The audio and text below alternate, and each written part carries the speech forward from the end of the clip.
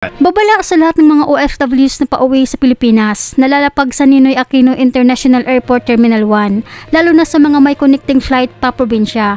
Dapat nyo po ito malaman mga kababayan dahil kayo ng mga OFWs ang target nitong mga magnanakaw na nasa NAIA. Gusto ko pong i-share, gusto kong pumalat po para mag-aware at saka marating doon sa pamunuan po ng mga porter na yun kung ano yung pinagagawa po nila. Kasi alam mo parang sa connecting flight lang nila ginagawa yun, sir. Inilabas ito ni Kabayan bilang magbigay babala sa lahat ng OFWs para makapagdubli ingat po kayo pagdating sa inyong mga bagahe. Tingnan nyo po ng maigi ang mga zipper ng inyong mga bagahe dahil matatalino na po ngayon ang mga magnanakaw. Meron na naman silang kakaibang modus operandi sa mga bagahe kung saan tinatanggalan nila ng mga ipin ang daluyan ng zipper para makapagnakaw sila sa mga bagahe ng mga OFWs.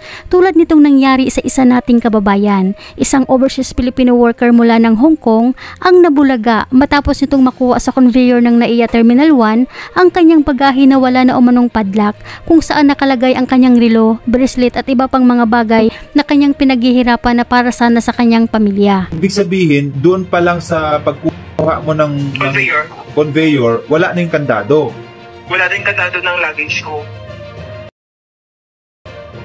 Ano naman siya, sir, close siya, so hindi mo siya mapapansin na ginalaw o binuksan. Yung zipper maayos po, sarado talaga siya.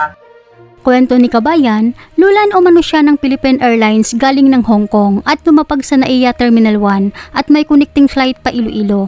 Kaya't pagkalapag umano ng eroplano sa NAIA Terminal 1, dali-dali umano siyang nagtungo sa conveyor para makuha ang mga bagahe. Dahil sa nagmamadali umano siya makalabas ng NAIA Terminal 1 para sa sunod niyang flight pa Iloilo. Kaya't sa puntong ito, kahit alam ni Kabayan na nawalan ng padlock ang kanyang bagahe, hindi ito nagduda ni hindi nito tiningnan ang loob dahil ani dito, kahit wala na umano ang padlock ay maayos pa rin daw ang zipper ng kanyang bagahe. So hindi na ako nagmahal kasi nagmamadali nga kami kasi mag-shuttle pa kami papuntang Terminal 2. Okay. So after nung edikambati na ako, so nadali ulit yung flight namin papuntang Iloilo. Okay. Tapos mga almost 2 hours din kami nag-antay doon. Tapos pagdating ko dito sa bahay, dito na napagtanto ni Kabayan na ninanakawan ang kanyang bagahe. Dahil nang halongkatin umano niya ang laman ng kanyang bagahe sa bahay, nagulat na lang umano siya sa kanyang nakita dahil wala na umano sa lagayan ang kanyang relo at iba pang mga abubot na inaakala umano ng mga magnanakaw sa airport na mga ginto ang kanilang nakuha sa bagahe ni Kabayan. Akala nila totoo na gold. Oo. Okay. Kaya kinuha nila. Wala Silver yung relo, wala yung mga ibang kung wala ano. yung relo. Iniwan pa nila yung pambukas. Kaya paalala po mga kababayan, iwasan nyo pong maglagay ng mga mamahaling mga bagay sa inyong check-in baggage. Ilagay nyo po sa hand carry para lagi nyo po itong mamonitor at iwas nakaw. Dahil napakadelikado po sa airport lalo na sa part ng baggage handler. Talamak talaga ang nakawan dyan. Buti na lang talaga itong nangyari kay Kabayan ay hindi mga tunay na mga ginto ang nakuha ng mga magnanakaw. Ano pa dito kay Kabayan, nahihirapan umano magbukas ang mga kawatan sa kanyang padlock kaya ito umano ang paraan na ginawa ng mga kawatan para mabuksan at manakawad ang kanyang bagahe. So ginawa po nila, di ba yung zipper para may ngipin-ngipin yun? Tutusukin yun. Inagay nila yung dalawang zipper, tapos yung sapat ng dulo ng zipper ng bag po, parang pinunitan ng konti para doon ipasok yung isa. Kasi dalawang zipper yung parang hawakan. Para doon ako magkandado para may butas yun, di ba? So isang ganito. Dito din nila pinagdaan, tapos kinuha yung mga alam mo yung mga perfume ko, sir, wala na yung mga takip. Ganon. So, hinalungkat talaga nila kahit tago pa sa ulit yung talaga hinalungkat nila yung loob ng bag. Magulo-gulo talaga siya. Okay, iniwan nila. Ayan yun. Ginapit nila. Okay. Anak ng topa talaga. So, sa palagay mo, ma'am, saan kaya yan binuksan? Sa palagay mo lang? Sa ano ko po, sir, kasi matagal na lumabas yung sa conveyor. Doon po mismo, bago nila ipinasok sa conveyor, doon nangyari yung pagbubukas ng maleta. So ibig sabihin, matagal lumabas yung bagahe mo? Opo. Nagtatanong sila, saang airport, anong terminal? Terminal 1 po.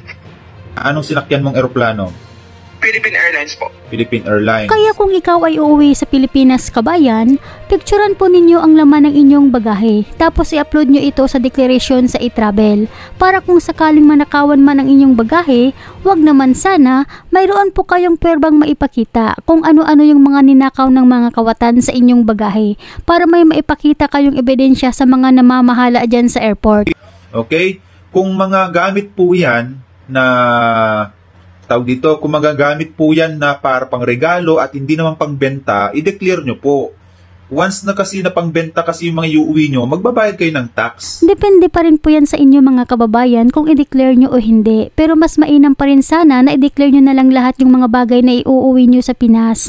Para kung halimbawa man may mawala, makikita sa system na di-declare mo yung bagay na ninakaw. Hindi naman po kayo magbabayad kahit i-declare nyo yung mga iuuwi nyo sa Pinas. As long as hindi pang benta ay hindi po kayo magbabayad ng tax. Kaya maging sigurista na lang po tayo pagdating dito sa mga bagay na iuuwi natin sa Pinas. Dahil hindi po biro yung trabaho nyo sa ibang bansa.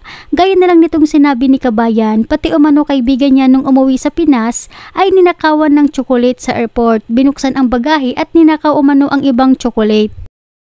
Anong nangyari Kasi nagkwento po? ko sa kanya kagabi, sabi niya, alam mo yung chocolate ko din nung umuwi ako nung bakasyon ng February, pinuksan din yung bag ko kasi konti lang yung chocolate ko pagdating ko sa bahay. Okay.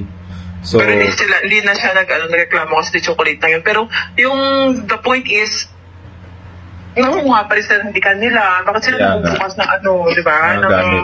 Ng luggage ng mga OFW. Yun ang problema, hindi mo na i-report ma'am, no? Kasi akala mo walang nawawala sa bag mo, no? Opo, kasi kampante po Kaya ako magsilbing aral po ito sa atin mga kababayan. Ugaliin po natin i-check ang ating mga bagahe. Huwag tayong magpakampante, lalo na kung may napapansin tayong may kulang sa ating gamit. Dapat kumilos kaagad tayo, tingnan kaagad natin ang ating mga gamit. Dahil wala na pong takot ang mga magnanakaw ngayon. Marami na ang ninakawan sa airport, hindi lang si Kabayan. Pero wala pa rin aksyon ang gobyerno sa mga panawagan ng mga OFWs. Hanggang dito na lamang po, mag-ingat po kayo palagi kung saan man kayo ngayon.